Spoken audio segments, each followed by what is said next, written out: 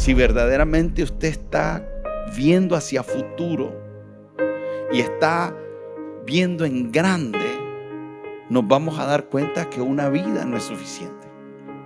Por esa razón necesitamos también entender lo que es operar como iglesia, como familia, de una manera generacional. Yo comienzo donde alguien más dejó. Y mientras yo construyo con mi vida, estoy entendiendo que estoy llevando a cabo algo que va a ser la plataforma de otros hacia adelante. Eso es vivir una vida con una visión generacional. La mayoría de nosotros vivimos con una visión cortoplacista. Algunos de nosotros ni siquiera sabemos qué vamos a hacer mañana. No sabemos qué vamos a hacer mañana con nuestros hijos. No sabemos qué vamos a hacer mañana con nuestro matrimonio. No sabemos qué vamos a hacer mañana con tu profesión, con el oficio a que te dedicas. No sabes qué vas a hacer mañana con tu fe. No sabes qué vas a hacer mañana con tu crecimiento espiritual. No sabes cómo vas a madurar espiritualmente. No tenemos un plan. No tenemos un norte. O sea, si en este momento hiciéramos una encuesta y trajéramos a cada uno de ustedes a hablar y le dijéramos: dime cuál es tu visión para los próximos 10 años. ¿Dónde te estás viendo los próximos 10 años en tu vida? ¿Qué estás construyendo hoy? ¿Hacia dónde estás queriendo dirigirte? Escuché a alguien decir una vez: el que no sabe para dónde va, cualquier camino lo lleva.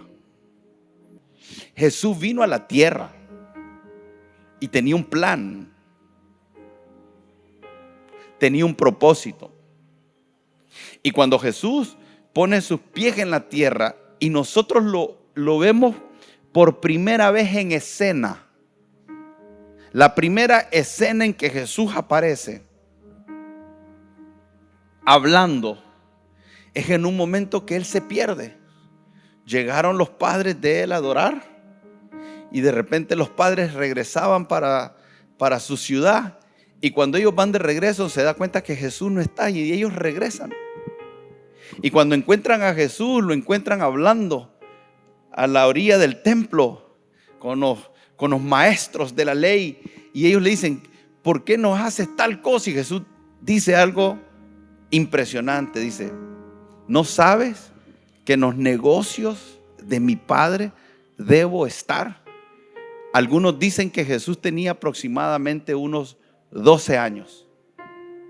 ¿Usted se imagina lo que es la vida de un ser humano que a los 12 años tenga una claridad de por qué está en la tierra? Imagínese su hijo a los 12 años diciéndole a usted: esto es lo que quiero hacer, para esto estoy aquí. Y no solamente decir para esto estoy aquí, sino viviendo de tal manera que alcance aquello para lo que él está creyendo que está en la tierra. Vivir con propósito, vivir con un entendimiento. Entonces, cuando nosotros hablamos de discipulado, el discipulado es la herramienta que te puede servir. Es el ámbito que te puede ser útil para que nosotros desarrollemos nuestro mayor potencial, de tal manera que podamos cumplir el propósito de Dios. Discipulado. Pero discipulado está íntimamente vinculado a la palabra disciplina. Y la disciplina es una palabra que solo escucharla genera en nosotros un grado de incomodidad. Y la razón por la que la palabra disciplina genera un grado de incomodidad en nosotros, la razón por que la palabra ser discípulo genera un grado de incomodidad en nosotros, es por el concepto que tenemos de él.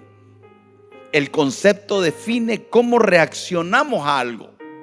O sea, cuando nosotros oímos acá disciplina, cuando nosotros oímos acá ser discípulo, inmediatamente, internamente, nosotros tenemos reacciones de acuerdo a las experiencias. Y tristemente, la mayoría de nosotros tenemos conceptos negativos acerca de la disciplina. En general, hemos sido indisciplinados. Somos indisciplinados en nuestro trabajo, somos indisciplinados en nuestra vida como creyentes, somos indisciplinados en los estudios, somos indisciplinados en muchas cosas. Son pocas las personas que tienen un grado de disciplina. Es tan así que cuando encontramos a alguien disciplinado nos admiramos. Y cuando hablamos de discipulado, lo que el Señor quiere que desarrollemos nosotros es una disciplina. Entonces genera temor, genera desconfianza, genera inseguridad, genera rechazo. Y el Señor, una de las cosas que dijo es que vayamos y hagamos discípulos. Esta iglesia no tiene sentido, escuchen lo que le digo, porque voy a ser muy enfático. Nada de lo que hagamos en este lugar tiene sentido si no estamos como prioridad haciendo discípulos. Podemos tener cultos, podemos tener reuniones, podemos levantar nuestras manos, podemos decir amén, podemos tener círculos de amistad, podemos traer a personas a que reciban a Cristo. Podemos hacer muchas cosas que son parte de lo que hacemos, pero si nosotros no estamos discipulando,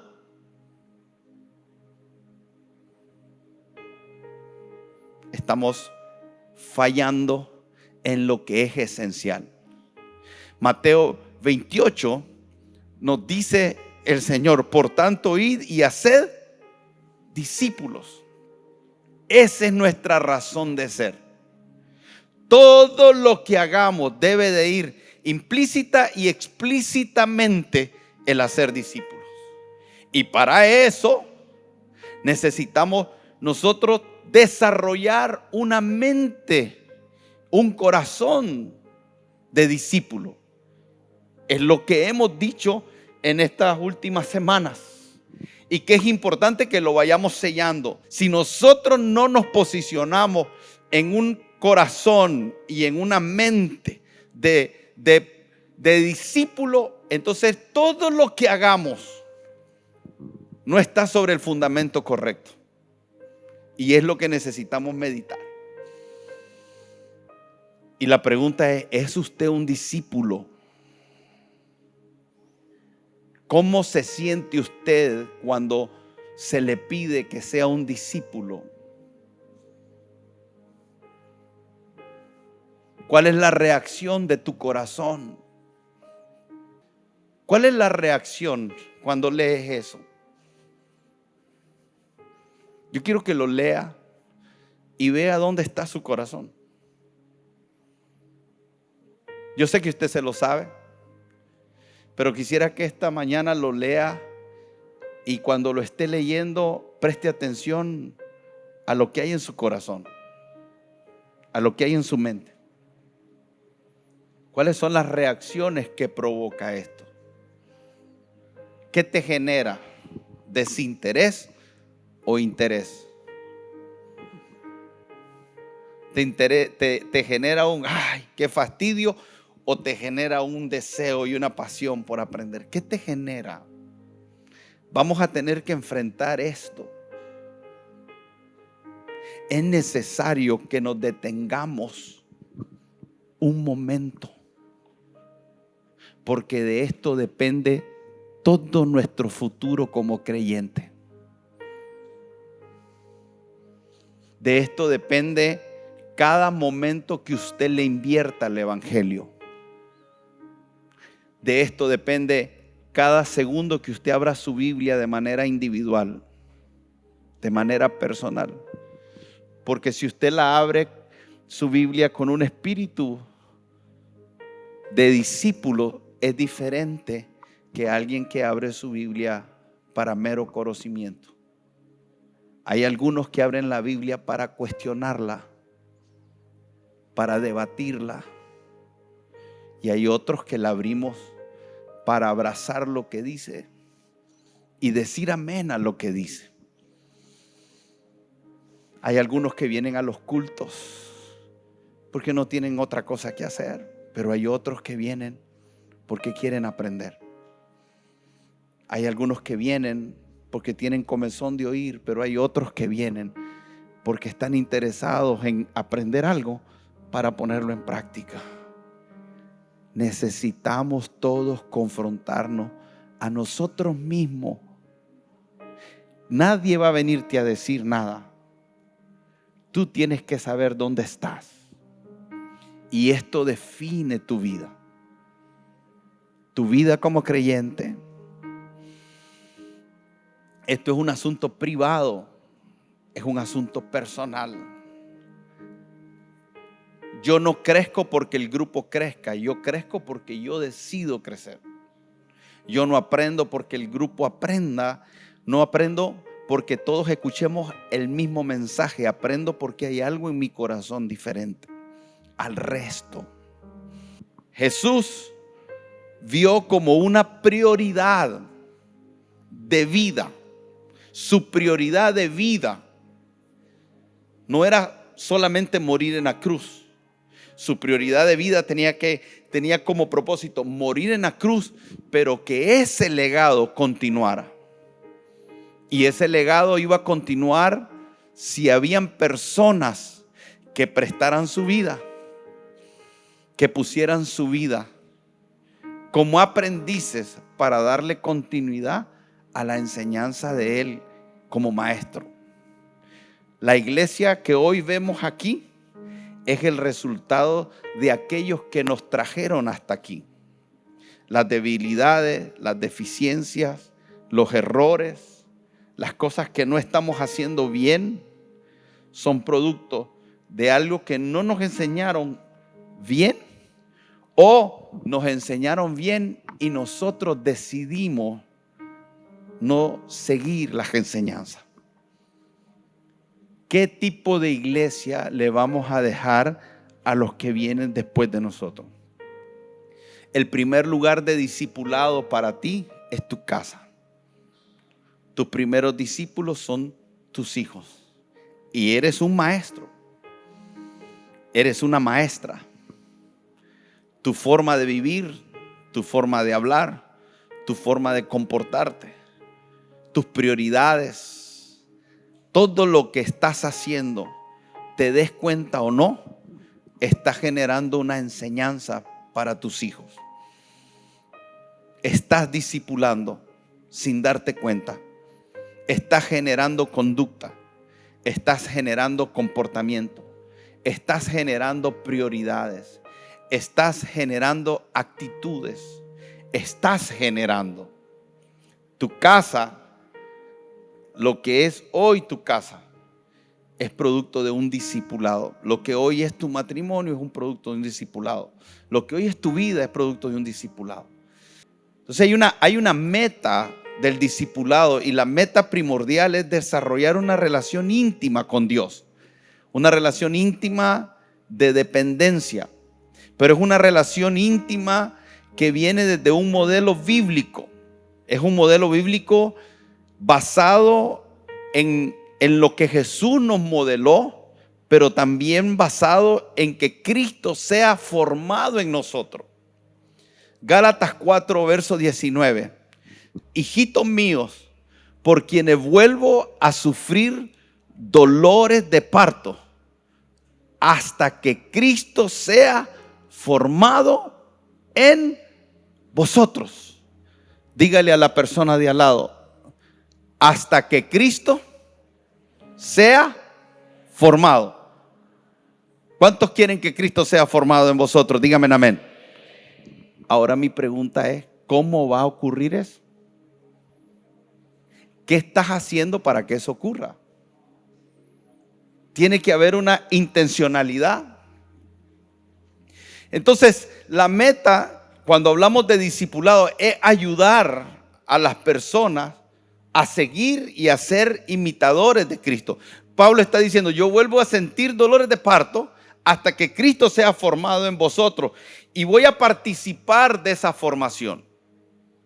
Entonces estamos participando y ayudando a otros a que sigan a Cristo y a que sean imitadores de Cristo, a que aprendan a vivir como vivió Jesús, a dirigirse a sí mismo, ser responsables y mantener las prioridades en orden. Entonces no es solo memorizar versículos, sino seguir el camino del maestro. Y nuestro maestro es Jesús. Amén. Entonces, hablar de discipulado no es enseñar para que se conozca, sino es enseñar y compartir para que lo vivamos juntos. Lo que estamos aprendiendo, la idea es que produzca una transformación en nosotros a través de la práctica y del vivir. Y para esto, aquí es donde se escuchan estas palabras que son duras. Un discipulado es alguien que te acompaña y te ayuda a morir para vivir para Cristo. Estas son palabras que ustedes tienen que escucharlas. Un discipulado es ayudarte a morir. Absorba eso. Esta mañana estamos muriendo. Un discipulado te tiene que llevar a morir.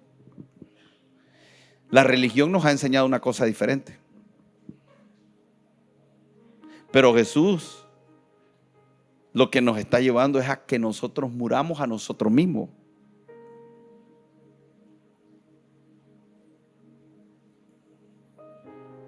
Pablo dijo, para mí el vivir es Cristo y el morir es ganancia. Discipulado es muerte. Por eso cuando un maestro traía a un discípulo, lo que venía a hacer ese discípulo es a abrazar las enseñanzas del maestro. Discipulado es aprender a morir. Y esa muerte es algo en lo que todos estamos colaborando. Entonces Jesús hace algo y Jesús escoge a sus discípulos. Y nosotros vemos que dice la Escritura que Jesús escoge a los que Él quiso. Pasó toda la noche orando. Lucas nos habla de que Jesús pasa toda la noche orando. Y cuando era de día llama a sus discípulos. Pero una de las cosas que necesitamos resaltar aquí es que Jesús llama a los que Él quiere. Más adelante, Juan 15, Jesús dice, no me elegisteis vosotros a mí, sino que yo os elegí a vosotros. Llamó así a los que Él quiso. Esta palabra quiso es a los que Él deseó, a los que Él sintió que Dios le estaba revelando. Por eso es que dije primero que Jesús, para escoger a sus discípulos, oró. Y cuando Él oró, tuvo un querer, tuvo un deseo, tuvo personas en mente. Escogió y eligió a unos en vez de otros. En medio de esa multitud, Él fue y escogió a los que Él quiso. Ahora, un estudio de los evangelios nos dice de que cuando Jesús ora por estos discípulos, ya había pasado por lo menos 2 años de su ministerio.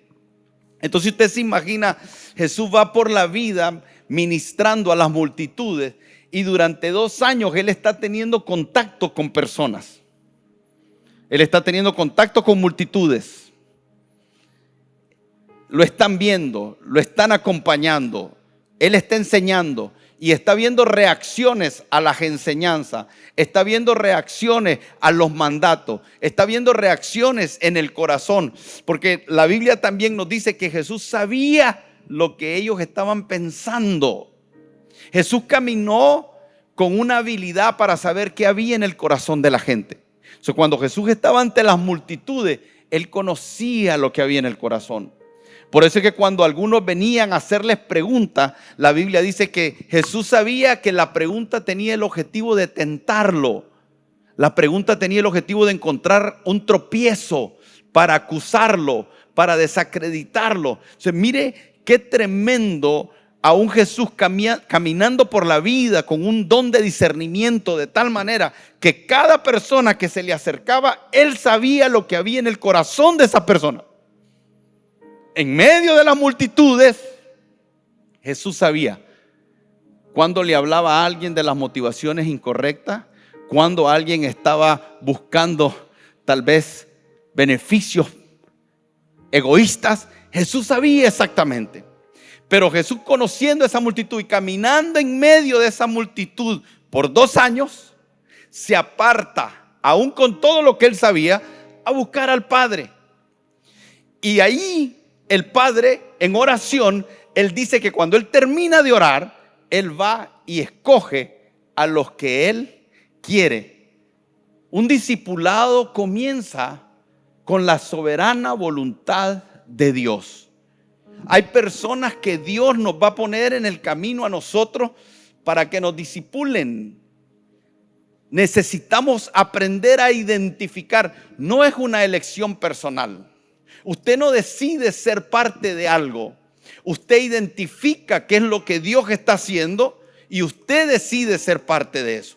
O sea, Dios nos elige y nosotros tenemos el libre albedrío para poder corresponder positivamente a ese llamado o simplemente rechazarlo. Ahora, las características de estos discípulos, cuando uno las lee, en realidad uno dice, wow, ¿qué fue lo que Jesús escogió? Si cuando Jesús escoge eran jóvenes, la mayoría de ellos se cree que estaban entre los 20 y tantos años. Eran galileos, era gente que no tenía una educación, eran campesinos, no tenían una buena reputación en general, no eran personas sofisticadas, eran personas comunes y corrientes que se desarrollaban en las actividades así, tal vez como nosotros. Un hombre llamado Andrés, que llegó a los pies de Jesús. Un hombre llamado Felipe, Bartolomé, Tomás, que usted y yo sabemos que es conocido por ser alguien incrédulo. Jacobo, que era alguien que podemos ver tenía deseos de ocupar lugares. Cuando le dijo a Jesús, su madre y ellos le pidieron, deja que mis hijos se sienten a tu diestra. Estaban llenos de orgullo, de insensibilidad. Estos fueron los mismos que pidieron hacer descender fuego del cielo sobre Samaria. Y después vemos a Judas, un hombre que él tenía un entendimiento de que Jesús venía políticamente a establecer un gobierno, y cuando Jesús le hace entender que no era un asunto político, que Jesús nunca estuvo involucrado en cosas políticas, que nunca tuvo interés en las cosas políticas, que Jesús claramente dijo al César lo que es del César y a Dios lo que es de Dios. En ese momento vemos a un Judas molesto que no entendía. Y vemos cómo su incapacidad de recibir las enseñanzas de su maestro lo llevaron a un estado de corrupción donde terminó vendiendo a Jesús por 30 monedas. Lo entregó, lo traicionó. Un Mateo que era un cobrador de impuestos, un traidor a sus compatriotas, así lo consideraban, porque era el que le cobraba los impuestos a los mismos judíos. Y vemos a la estrella de Pedro, que es uno de los más inestables emocionalmente. Un tipo enojado, impulsivo, orgulloso. Cuando dijo, todos te entregan menos yo, que quería resolver las cosas a su manera. Entonces estamos hablando de un Jesús que fue a orar después de 2 años de caminar en medio de la multitud y termina escogiendo a personas que tal vez usted y yo no hubiésemos escogido.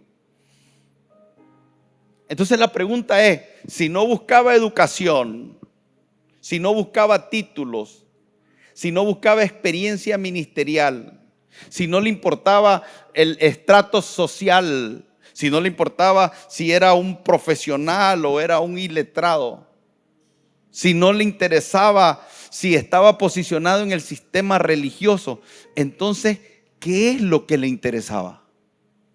¿Qué es lo que Jesús estaba buscando? Él estaba buscando discípulos. Discípulos son personas que tengan un corazón de aprendiz. Entonces, en medio de la multitud, lo que vemos que hace a estos hombres, que hace que estos hombres sean escogidos por Jesús, es una sola cosa: es el corazón que ellos tienen, más allá de las habilidades. Nosotros hasta el día de hoy,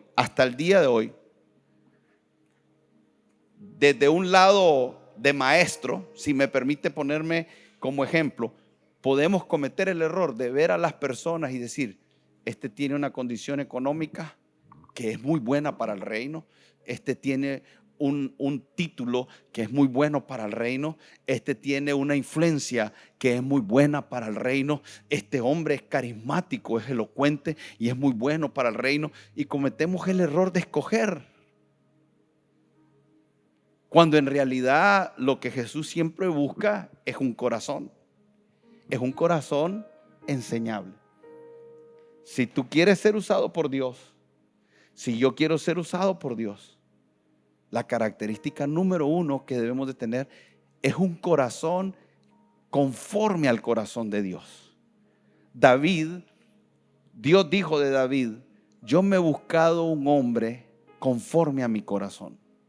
Lo que estaba diciendo no era que David ya era, pensaba, sentía, era perfecto. Lo que estaba diciendo de David es alguien que puede tomar la forma. Por eso es que cuando Pablo dice: hijitos míos, por quienes vuelvo a tener dolores de parto hasta que Cristo sea formado. En otras palabras, hasta que dejemos que nuestro corazón tome la forma. Y para eso se necesita humildad. Para eso se necesita un compromiso donde Dios sea nuestra prioridad para que eso ocurra. Ahora, estos mismos hombres, Hechos capítulo 4, verso 13, reafirma lo que le estoy diciendo. Mire cómo el mundo los miraba. En Hechos capítulo 4, el verso 13, dice: entonces, viendo el denuedo de Pedro y de Juan, y sabiendo que eran hombres, ¿cómo? Porque nunca se trató de tu educación, no se trata de tus capacidades. Y sabiendo que eran hombres sin letra y del vulgo, se maravillaban y les reconocían que habían estado con Jesús. Lo que marca la diferencia es que estemos con Jesús. Ahora, estos mismos hombres, en Hechos capítulo 17, verso 6, dice: no hallándolos, trajeron a Jasón y algunos hermanos ante las autoridades de la ciudad, gritando: estos que trastornan, ¿qué cosa? El mundo entero, también han venido acá, a los cuales Jasón ha recibido, y todos estos contravienen los derechos de César, diciendo que hay otro rey, Jesús. Entonces, mire que por un lado el mundo decía: estos no tienen letra, estos son vulgares. Pero por otro lado el mundo decía: estos trastornan, estos están perturbando el equilibrio y la estabilidad. Perturbar es eso, el equilibrio y la estabilidad. Pero necesitamos entender qué significa perturbar el equilibrio. La estabilidad tiene que ver con un sistema del mundo que, cuando nosotros vivimos no acorde a ese sistema del mundo, entonces el equilibrio se perturba. ¿Quién cree usted que es el enemigo número uno hoy de todos los movimientos que hay antifamilia? La iglesia. Por eso Jesús los llamó a estar primeramente con Él. Era necesario que estuvieran con Él. Y ese proceso de estar con Él pasó por un proceso primero de 2 años antes de que los estableciera. Entonces, cuando Él los llama a estar con Él, dice la Escritura que vinieron. Ahora, en ese contexto, cuando un maestro te llamaba, esa era una decisión profunda, ¿no? No es como hoy vemos el discipulado. Por eso es que vemos la decisión radical que tomaron los discípulos. Pedro estaba con un negocio, tenía una empresa, era pescador, tenía su barca y Jesús lo llama.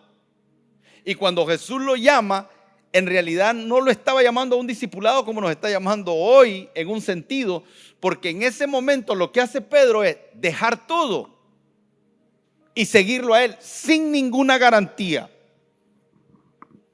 Era un llamado radical. En ese contexto, lo que le estaba diciendo es: hacia un lado tu vida.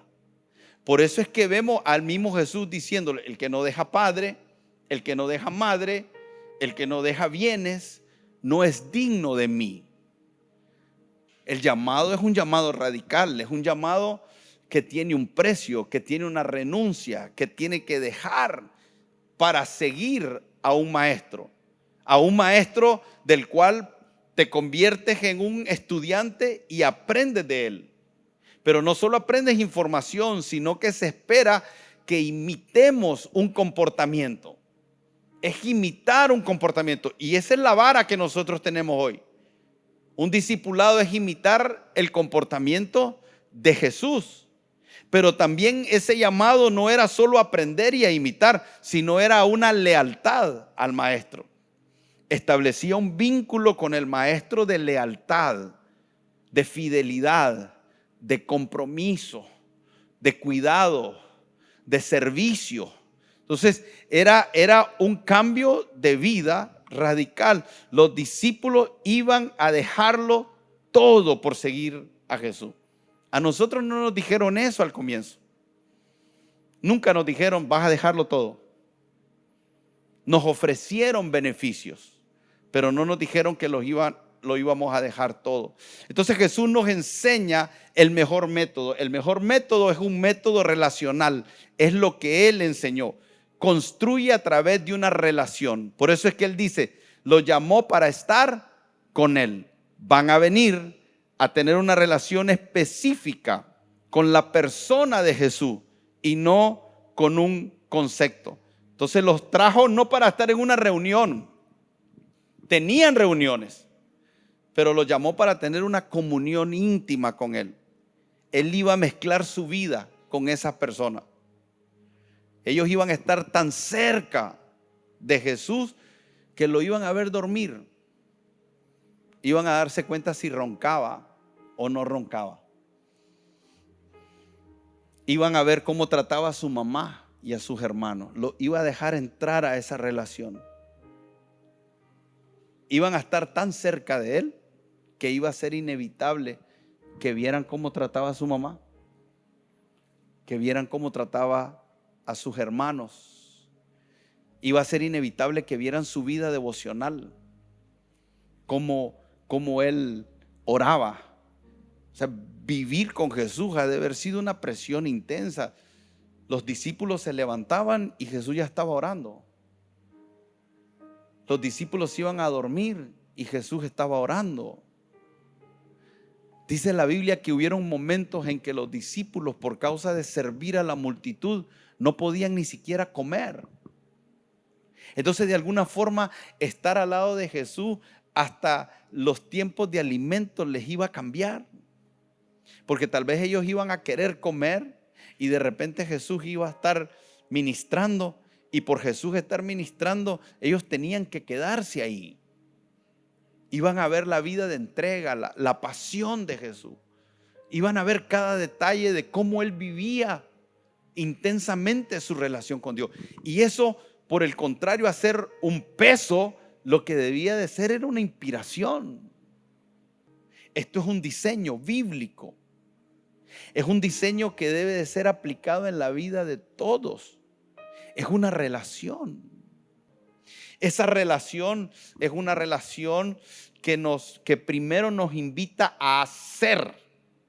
Escuche bien. Jesús los llamó para que estuvieran con Él porque Él quería primero que fuesen ser, no hacer. Comienza con ser, entendiendo discipulado de lo que hemos dicho. Hay un discipulado vertical y hay un discipulado horizontal. Los dos están basados en relaciones. Tienes una relación con el Espíritu Santo, comunión, intimidad con el Espíritu Santo. Él está perfeccionando la buena obra en ti. Pero nosotros somos colaboradores de Dios y vosotros sois labranza de Dios. Y estamos trabajando en esa relación. Una relación, caminando. Ahora, en ese momento para mí, vos no eras mi amigo. Ahora Jesús dice algo impresionante en Juan capítulo 15. Este es mi mandamiento. Jesús está diciendo, les estoy dando un mandamiento que proviene de mí. Habían 600 y pico de reglas, mandamientos que habían sido establecidas en el Antiguo Testamento, y Jesús está diciendo, este es mi mandamiento, que os améis unos a otros como yo os he amado. Nadie tiene mayor amor que este, que uno ponga su vida por sus amigos. Vosotros sois, ¿qué cosa? Mis amigos, si hacéis lo que yo os. Ahora mire qué interesante, porque a Jesús lo catalogan de amigo de publicanos y pecadores. Mateo capítulo 11 verso 18. A él lo están criticando y le dicen, he aquí tú eres un comilón, he aquí tú eres un bebedor de vino, amigo de publicanos y de pecadores. Lucas capítulo 7, el verso 33 en adelante también lo acusan de eso. Pero en Mateo 26, cuando Judas va a entregar a Jesús, y Judas viene a él y dice en el verso 49 de Mateo 26, y se acercó a Jesús y dijo, salve maestro. Oiga la palabra maestro, porque él es un discípulo. Y le besó. Jesús le dice, amigo, ¿a qué vienes? Entonces se acercaron y echaron mano a Jesús y le prendieron. Entonces nosotros vemos a Jesús hablando de amistad. Se refiere a Lázaro como su amigo. Cuando Lázaro muere, una de las cosas que le dice María es, hey, tu amigo Lázaro, a quien tú amas, si hubiera estado aquí no hubiera muerto. Entonces hay muchos momentos en que Jesús se habla de amistad, pero ahora es aquí él el que está diciendo, ya no los voy a llamar a vosotros siervo, porque dice, ya no os llamaré siervo, porque el siervo no sabe lo que hace su señor, pero os he llamado amigos. Entonces Jesús habla de un mandamiento, pero también nos está diciendo de una intención que él tiene con sus discípulos, que él tuvo 2 años con ellos y en ese momento él era un maestro, y como maestro les daba instrucciones y ellos llevaban a cabo como un siervo. Esa palabra siervo es esclavo, literal. Es alguien que no tiene opción, se le dice hace esto y lo hace. Es un proceso de aprendizaje. Pero la intención de Jesús nunca fue tener siervo. El discipulado no tiene como objetivo ser siervo ni esclavo. Servimos a Dios. Pero el discipulado tiene como objetivo una relación de amistad. Jesús llamó a los 12 discípulos para que fueran su amigo. La intención de Jesús desde el principio fue, quiero tener una amistad con ustedes. Esa amistad se ofreció en un momento cuando no estaban las condiciones para llamarlos amigos. Pero él vio algo en esa gente y entendió que esa relación que iba a vivir con ellos, esa dinámica, iba a requerir una cercanía donde se abriera todo de tal manera que no hubieran secretos. El Señor, eso es lo que él quería. Por eso le dice, el siervo no conoce la voluntad de su Señor. En otras palabras, con el siervo vos tenés secretos, pero cuando sos amigo, los secretos se acaban. Por eso es que Dios, cuando se refiere a Abraham, se refiere como su amigo. Y dice, le ocultaré yo algo a Abraham, mi amigo. Un discípulo comienza como un aprendiz, transiciona a un momento de siervo, pero lo que Dios está buscando es una amistad. Una amistad donde Él pueda compartirle los secretos, su corazón, donde pueda revelarle todas las cosas. Pero la razón por la que está aquí, en este lugar de amistad, que desde el principio es lo que Jesús ofreció, pero que en el caso de Judas terminó traicionando la amistad. La amistad se puede traicionar, no hay garantía. Hasta en eso el Señor nos enseña que nosotros podemos tener las mejores intenciones con alguien cuando lo vamos a discipular y aún así nos pueden traicionar. No hay garantía. En este asunto es así. Entonces uno viene y comienza un proceso y dice, hey, vamos, te voy a enseñar lo que yo sé, porque no puedo enseñar lo que no sé. Y en el proceso se va desarrollando confianza. El entrenamiento de un discipulado, de lo que hacía Jesús con sus discípulos, era: voy a enseñarte y voy a ir viendo y vamos a ir desarrollando confianza. Te voy a ir dando asignaciones. Esas asignaciones tal vez no las vas a entender, como cuando en un momento Jesús le dijo a uno de sus discípulos: ve y echa el anzuelo en el mar, y el primer pez que saques, ahí va a haber un estatero, y con ese paga los impuestos tuyos y paga los impuestos míos. Usted no ve al discípulo cuestionando, usted ve al discípulo obedeciendo. Ese discípulo sale de ese lugar, tal vez con muchas preguntas en la mente, con muchas preguntas en el corazón. Mientras él va rumbo a echar ese anzuelo, él está diciendo: me siento ridículo, se dieron cuenta de lo que me mandó. Cuando no logre pescar, ¿qué va a pasar? Si yo ya estuve como profesional, soy un pescador profesional y he fracasado con redes grandes y ahora voy con un anzuelo. Él va con su cabeza, pero él va en una condición de siervo. Obediencia, aprendiendo a obedecer. Cuando él llega y pesca a ese pez y encuentra el estatero en la boca, ahora él regresa impresionado. Ahora él regresa emocionado. Ahora él regresa diciendo: wow, nunca pensé que esto funcionara. Jamás creí que algo así pudiera pasar. No estoy acostumbrado a esa forma de pescar, no estoy acostumbrado a esa forma de vivir, no estoy acostumbrado a esa forma de actuar. Pero mira, la enseñanza del maestro funciona. ¿Sabe el efecto que tiene en el corazón del discípulo eso?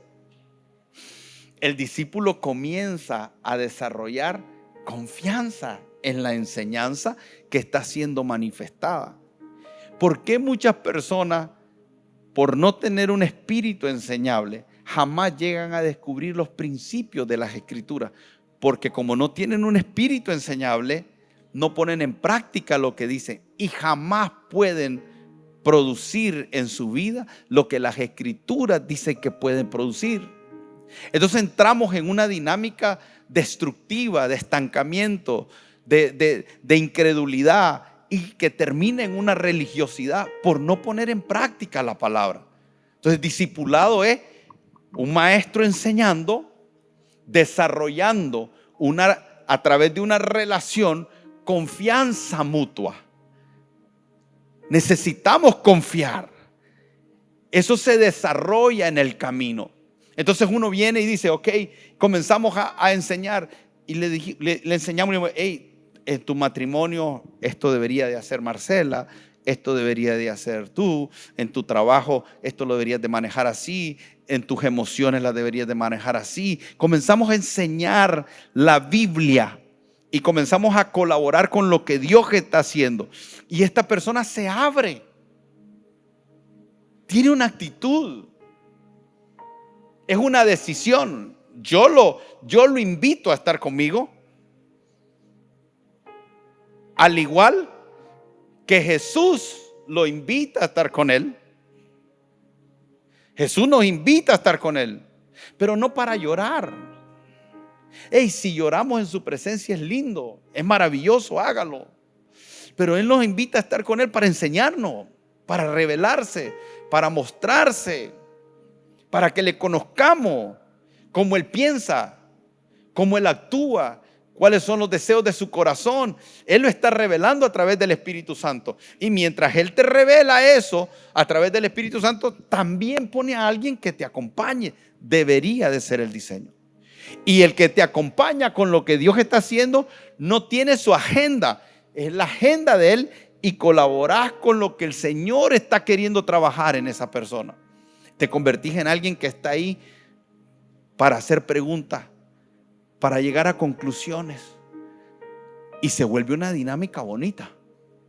Llevamos 10 años caminando juntos. Yo lo conozco, Él me conoce. Hemos crecido juntos. Él es una bendición para mí. Yo soy una bendición para Él. ¿Sabe qué me he dado cuenta yo, hermano? Que de todo lo que yo he hecho como pastor, lo mejor que he hecho fue relacionarme con algunas personas. Invertir la vida, compartir la vida. Y servimos juntos.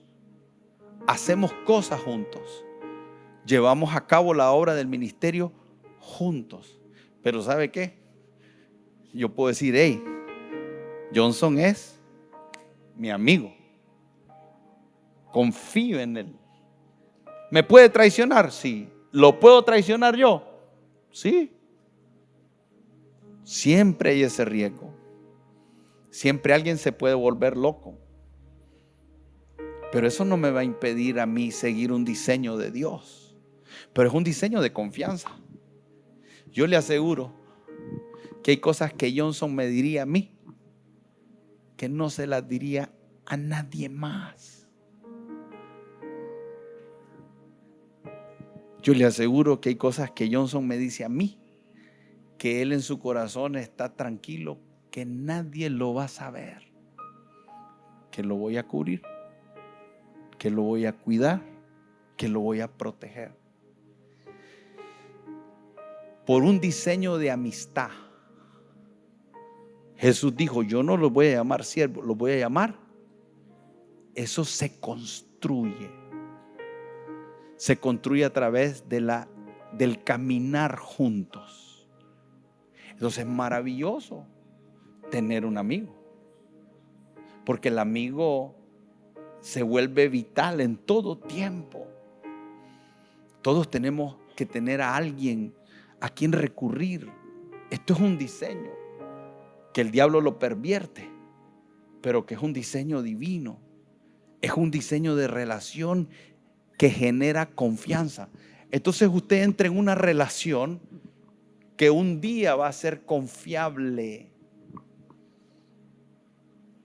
¿Sabe cuál es el error que podemos cometer? Darle a alguien algo sin haber pasado por el proceso de caminar juntos para ver si es confiable. Y la gente solo demuestra su confiabilidad en los momentos de presión. Cuando todo está bien, todos son confiables. Pero cuando las cosas se ponen color fuego, rojas e intensas, cuando ya tus intereses están por encima, cuando eres tú el que está en el centro, ya las cosas cambian. Jesús eso fue lo que hizo con sus discípulos. Fueron procesados, fueron corregidos, fueron enseñados, fueron enviados, se les asignó cosas. Y en todo ese proceso Jesús lo estaba viendo. Y uno falló y dice, lo traicionó. ¿Qué traicionó? La confianza. Entonces, el discipulado es eso, es volvernos confiables para Dios y volvernos confiables entre nosotros. Que usted sea confiable para Dios. ¿Sabe cómo se demuestra que usted es confiable para Dios? Cuando usted guarda todas las cosas. Por eso Jesús dijo, hagan discípulos y enséñenles. Enséñenles a qué. A que guarden ¿cuántas cosas? cosa. O sea, eso quiere decir, cada enseñanza que usted recibe, póngala en práctica. No comete el error de muchos. Escogen una porque conviene y la ponemos en práctica. Y desechamos otra. Nosotros necesitamos abrazar todo el consejo de la palabra de Dios y ponerlo en práctica. Entonces el discipulado es confianza, pero camina conmigo. Y en el camino él aprende a ver cómo uno actúa. Yo no le puedo enseñar a él información, yo le necesito enseñar información y que él me vea en la práctica. ¿Quiere que le diga algo triste? Que algunas veces él me ha visto equivocarme. Algunas veces le he dado mal ejemplo. ¿Sabe qué he hecho cuando le he dado mal ejemplo? Digo, Johnson, perdón, no hagas eso. No tengo excusa, no es bueno, no es correcto. No lo hagas. Yo quisiera decirle que todo el tiempo que he caminado al lado mío, todo lo que ha visto él ha sido lindo. No, no es cierto. Pero le he dado ejemplo y espero que el ejemplo que le he dado sea más bueno que malo. Porque nadie es perfecto. Todos pecamos, todos nos equivocamos. Pero el discipulado no es decirle a alguien qué hacer. El discipulado es caminar con él y a través de las situaciones que vivimos juntos, mostrarle que lo que le he enseñado es lo que hago. Esa es la práctica. No es enseñar información, es modelar, enseñarle a que obedezca. Yo obedezco y le enseño a él a obedecer. Es distinto. Le enseño con mi ejemplo de obediencia. El cristianismo es eso. Esto es vital, es relevante, esto va a marcar toda la diferencia. Pero es un asunto relacional. ¿Y qué es lo que ha hecho el diablo? Meternos en pleito, meternos en celo, meternos en traiciones, meternos en diseños individualistas, independientes, meternos rebeldía, meternos orgullo, hacernos creer que no la sabemos todas, quién nos puede enseñar, y se metió todo eso y perdemos y nos estamos haciendo daño a nosotros mismos porque no estamos creciendo. Necesitamos crecer, necesitamos madurar y para eso el diseño, el método que Jesús nos modeló es relacional. Este auditorio es maravilloso. Esta es una forma de discipular, pero nunca va a suplantar la capacidad que usted tenga de estar relacionado con alguien. Usted necesita a alguien que camine cerca de usted, que se muestre a usted, que le abra. Ahora, cuidado, ¿verdad? Porque Jesús le dije que estuvo 2 años con ellos antes de escoger a quiénes. O sea, Jesús no fue de loco. A ver, vení vos, y después, ay, me fue mal. No, cuidado. Muchas personas abren su casa y abren su vida a personas que nunca debieron de abrirle su casa y su vida. Nunca. Pero es parte de la inmadurez. Es parte de que son personas que no fueron enseñadas, no están caminando con nadie y cometen muchos errores. Eso es parte de lo que pasa. Jesús estuvo 2 años alrededor de ellos y escogió. Y quiere que le diga algo. Yo tengo buen ojo. Los que yo he escogido están conmigo. Los que me pusieron, eso es otra cosa. Pero yo he escogido y he escogido bien. Y a algunos y a todos les doy la oportunidad, pero no todos reaccionan igual. Jesús era amigo de publicanos, era amigo de los fariseos y de los religiosos. Pero ¿qué Jesús miraba? ¿A quién le puedo abrir? Todos son amigos, pero no se olvide, usted puede tener amigos que no son discípulos. Lázaro era amigo de Jesús y lo amaba, pero Lázaro no era su discípulo. Es interesante. ¿por qué será que Lázaro no fue un discípulo de Jesús? Esa pregunta se la hace al Señor cuando llegue al cielo, porque yo no la tengo. Pero hay personas que pueden ser buenos amigos tuyos y no ser discípulos. Porque el discípulo tiene una característica: desea aprender y te ve a ti como una fuente de sabiduría. La responsabilidad que yo tengo es de ver quién tiene ese espíritu y ve que yo puedo ser alguien que le dé una enseñanza que le sea útil. Por eso al final la gente se queda en esta iglesia si ve que hay algo que le podemos enseñar. Si ve que lo que le enseñamos no le gusta, se va. Eso no quiere decir que lo que enseñamos no sea lo que es, pero sí define a aquellos que andan buscando aprender lo que ellos quieren aprender. Y nosotros no decidimos quién los discipula. Escuche bien, el discípulo no escoge a su maestro. El discípulo no escoge a su maestro.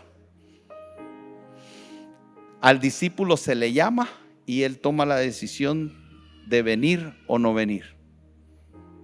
Es el maestro el que busca al discípulo. ¿Y sabe por qué esto tiene sentido? Porque es el maestro el que va a invertir su vida, su tiempo. Y es un maestro de 52 años que ya no puede seguir perdiendo el tiempo.